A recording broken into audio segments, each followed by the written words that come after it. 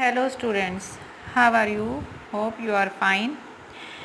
हमने हिंदी का 7वां लेसन शुरू किया था और उसका एक वीडियो मैंने आपको भेजा था।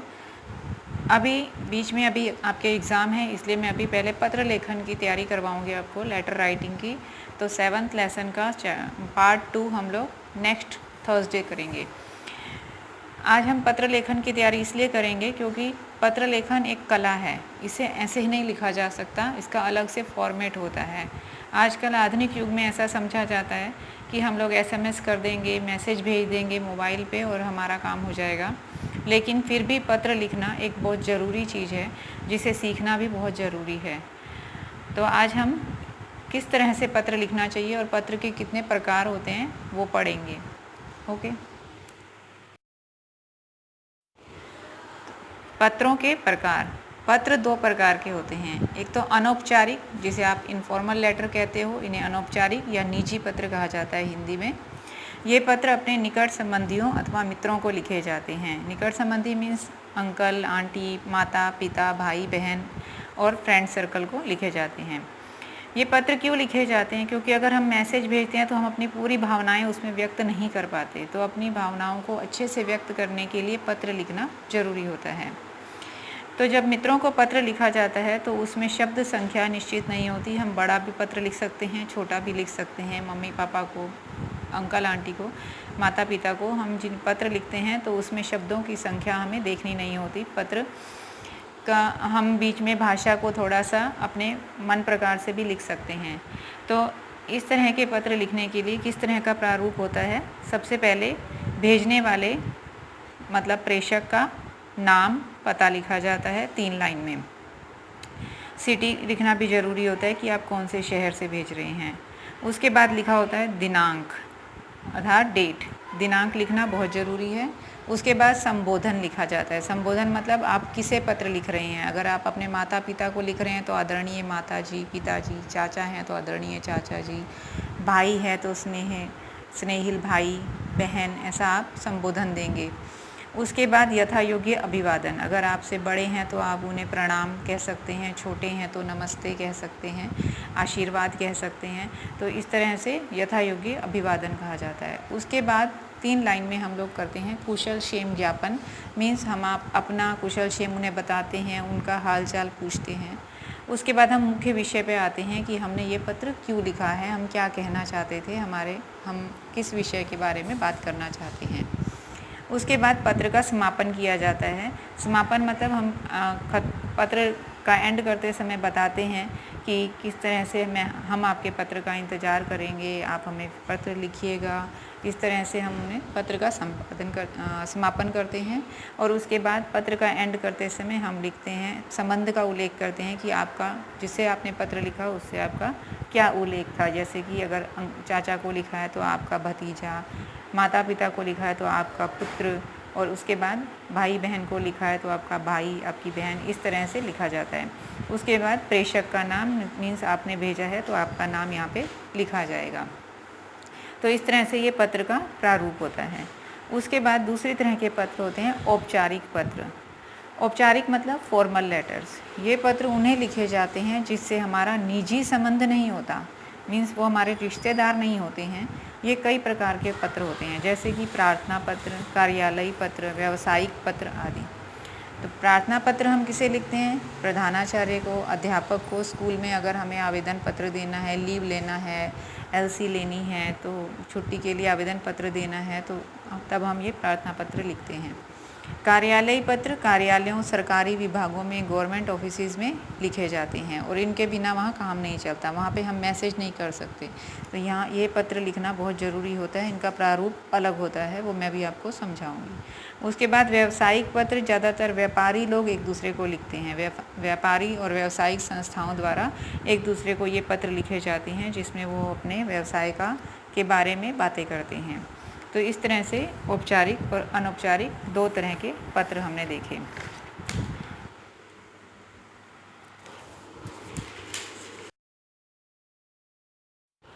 औपचारिक पत्र का भी एक प्रारूप आपको समझा देती हूँ। पहले 3 लाइन में हम लोग लिखेंगे प्रेषक, भेजने वाले का नाम और पता। उसके बाद दिनांक लिखी जाएगी, फिर आप संबोधन दोगे कि आप किसे पत्र लिख रहे हो, उसका क्या कौन है वो, प्रधानाचार्य हैं या कोई संबंधित पद से अधिकारी संबंधित हैं उनको लिखना है। फिर अब यथा योग्य आप उनको अभिवादन दोगे।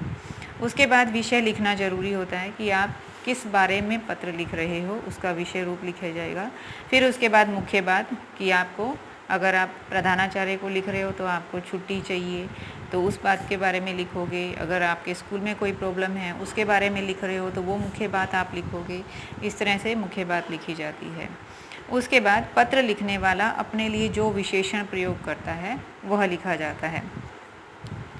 उसके बाद हस्ताक्षर किए जाएंगे और पता, जिसे पत्र भेजा जा रहा है उसका पूरा पता लिखा जाएगा। तो अभी अनौपचारिक और औपचारिक में ये डिफरेंस है।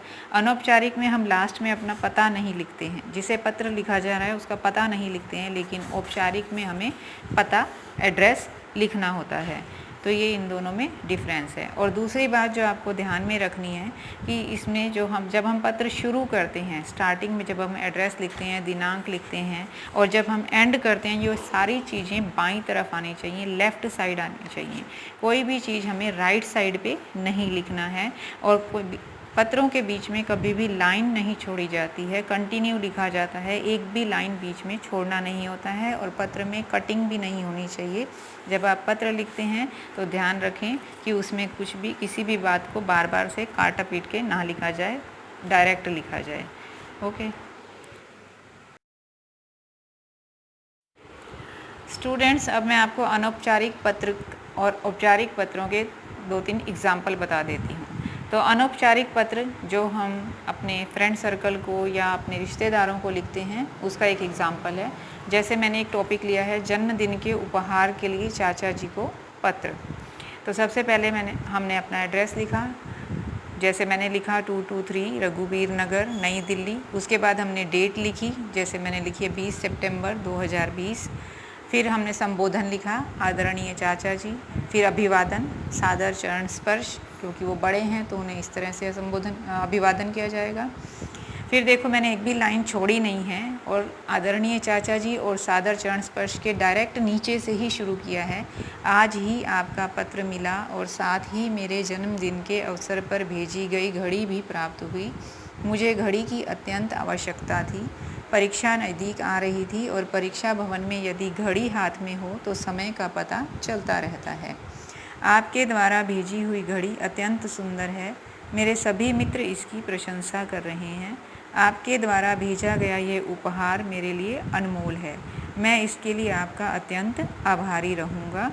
और इसी के तुरंत नीचे मैंने लिखा है, आपका स्नेहाकांक्षी और विजय नाम लिखा है। जो आपका भी नाम हो आप वो लिखेंगे। अब इसमें आप देख सकते हैं कि सारी चीज़ें मैंने बाईं तरफ लिखी हैं, कुछ भी राइट साइड पे नहीं लिखा है, दाईं तरफ नहीं लिखा है।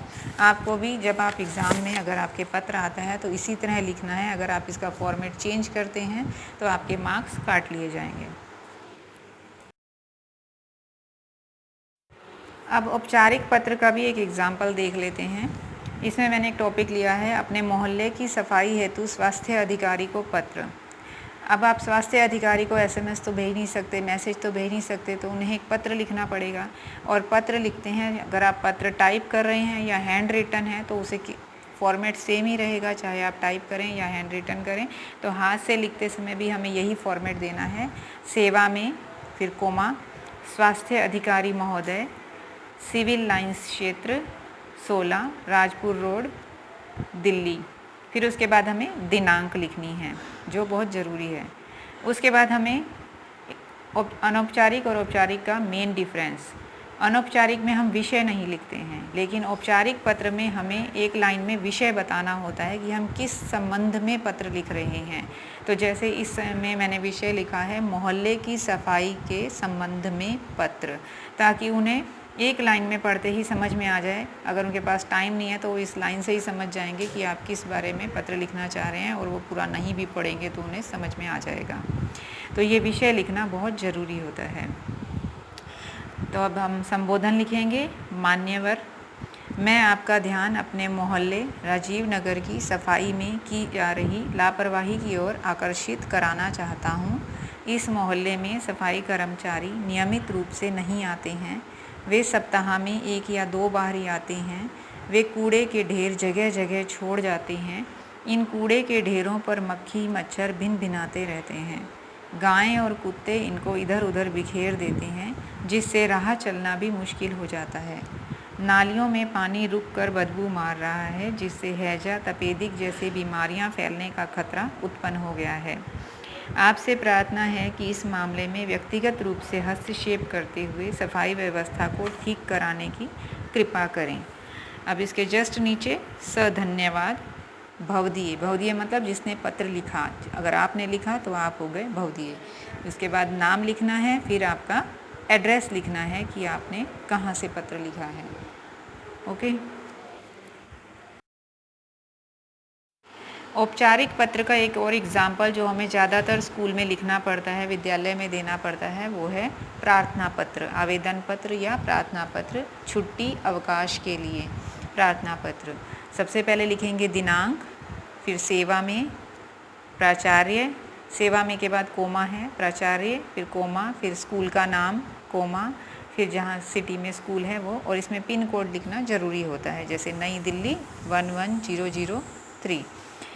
फिर इसमें भी विषय देना बहुत ज़रूरी है, ताकि प्रधानाचार्य जी को या टीचर को, अध्यापिका को पता चल जाए कि आप किस बारे में छुट्टी लेना चाहते हैं, क्या किस लिए पत्र लिखा है आपने। तो विषय है 3 दिन की छुट्टी के लिए प्रार्थना पत्र। महोदय, यहाँ पे आदरणीय प्रधानाचार्य भी लिख सकते हैं, महोदय भी लिख सकते हैं। निवेदन ये है कि अब महोदय के बीच में से मैंने नीचे वर्ड लिया है निवेदन। ध्यान रखिएगा, ये डिफरेंस है। जब हम प्रार्थना पत्र लिखते हैं तो जो आपने संबोधन किया है उसके नीचे से आपने लिखना है। निवेदन यह है कि मैं आपकी शाला का कक्षा 7 का विद्यार्थी हूँ। मेरी माता जी की तबीयत खराब होने की वजह से उनके इलाज के लिए हम उन्हें अस्पताल में भर्ती करवा रहे हैं। पिताजी शहर से बाहर हैं, अतः मुझे माता जी के साथ अस्पताल में रहकर उनकी देखभाल करनी होगी। इस कारण मैं दिनांक 21 अगस्त 2019 से 23 अगस्त 2019 तक शाला से अनुपस्थित रहूँगा। मैं आपको विश्वास दिलाता हूँ कि मैं अपना संपूर्ण कार्य शीघ्र ही पूरा कर लूँगा और शिक्षकों को शिकायत का मौका नहीं दूँगा। अतः आप कृपया मुझे 3 दिन का अवकाश प्रदान करने की कृपा करें। आपका आज्ञाकारी शिष्य। और इसके बाद आपको वर्ग लिखना है। अपना नाम लिखने के बाद वर्ग मतलब कक्षा, आप कौन सी कक्षा में हैं, उसके बाद दिनांक लिखना है। समझ आया? स्टूडेंट्स, अभी हो सकता है कि एग्ज़ाम में आपके पास अपठित गद्यांश भी पूछा जाए। अपठित गद्यांश मतलब अनसीन कॉम्प्रिहेंशन, जो पैसेज आते हैं। आपके पास पैराग्राफ होगा, नीचे क्वेश्चन होंगे और आपको पैराग्राफ में से आंसर ढूंढ के लिखने होंगे। इसका एग्ज़ाम्पल हमारे हिंदी की पाठ्य पुस्तक में लेसन 4 में पेज नंबर 24 पर दिया हुआ है। वो मैंने आपको वीडियो में समझाया भी था। आप एक बार वहाँ से वीडियो से सुनकर इसका देख सकते हैं, इसको सुन सकते हैं और समझ सकते हैं। इसी तरह का एक अनसीन पैसेज आएगा और आपको क्वेश्चन आंसर उसके लिखने होंगे। इसके अलावा हो सकता है कि एक पद्यांश का भी मीन्स कविता का भी कोई अनसीन पैसेज आए और आपको क्वेश्चन आंसर उसमें क्वेश्चन दिए होंगे, आपको आंसर समझ के लिखने होंगे। तो आपको उसकी प्रैक्टिस अपने आप करनी है, क्योंकि वो कहीं से भी आ सकता है, उसको कुछ कहा नहीं जा सकता। इसके अलावा ग्रामर पोर्शन की बहुत अच्छे से रिवीजन करनी है। मैंने ग्रामर की सारी PDF वापस एक बार आपके लिए डाल रही हूँ। उन सब PDF को आप अच्छे से पढ़ लेना और कोशिश करना कि आप अच्छे से अपने सारे क्वेश्चन आंसर भी लर्न करो और ग्रामर पोर्शन भी एग्ज़ाम में अच्छे से सोल्व कर सको। All the best. Thank you.